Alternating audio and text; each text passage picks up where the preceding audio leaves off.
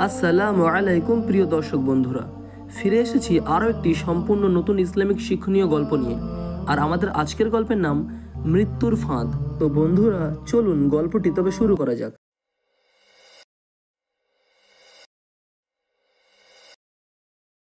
একবার এক ইঁদুর লক্ষ্য করলো যে বাড়িতে ইঁদুর মারার ফাঁদ পাতা হয়েছে, আর সে কারণে ইঁদুরটি খুবই দুশ্চিন্তায় ও ভয়ে ছিল, এই ভেবে যে কোনোভাবে তাকে ওই ফাঁদে পড়ে নিজের প্রাণটা যেন আবার না দিতে হয়।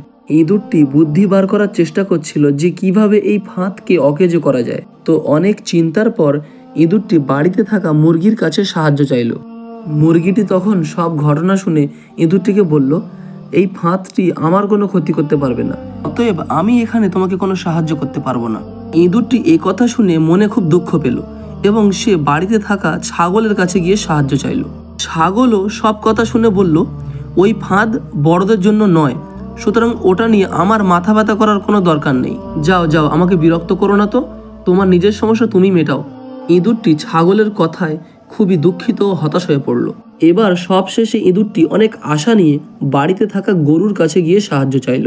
গরুটি তার সব সমস্যার কথা শুনে বলল, ইঁদুরের ফাঁদ আমার মতো বড় প্রাণীর কোনো ক্ষতিই করতে পারবে না, সুতরাং এখানে আমি কোনো কিছু করার প্রয়োজনই মনে করছি না।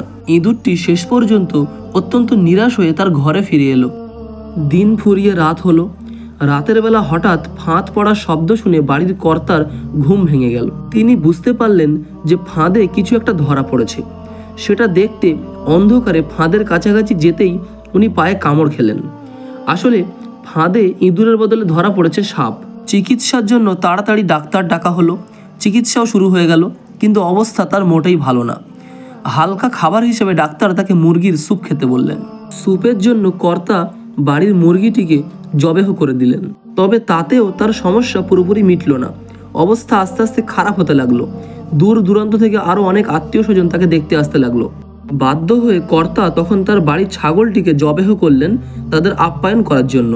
পরে আরও ভালো চিকিৎসার জন্য তাদের অনেক টাকার প্রয়োজন পড়ল। তিনি এবার অন্য কোনো উপায় না পেয়ে শেষ পর্যন্ত বাড়ির গরুটিকে বিক্রি করতে রাজি হলো। তো দীর্ঘদিন চিকিৎসার পর বাড়ির কর্তা সুস্থ হয়ে উঠল। আর এই সমস্ত কিছু ঘটনা ইঁদুরটি পর্যবেক্ষণ করলো তার ওই ছোট্ট ঘর থেকে। সুতরাং ঘটনাটি থেকে আমরা শিখলাম যে বিপদে আপদে কেউ সাহায্য চাইলে আমাদের সকলেরই উচিত নিজেদের সাধ্য মতো তার পাশে থাকা, তাকে সাহায্য করা। আর যদি আমরা সেটা না করতে পারি, অন্ততপক্ষে তার কঠিন সময়ে সে যখন অসহায়, তাকে নিয়ে ঠাট্টা বিদ্রূপ না করা।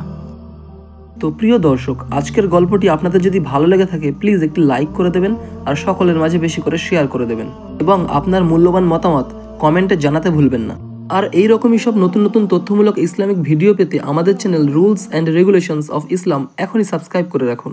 আর আমি গুনাহগার এখনকার মতো বিদায় নিচ্ছি। সকলে ভালো থাকবেন। আসসালামু আলাইকুম।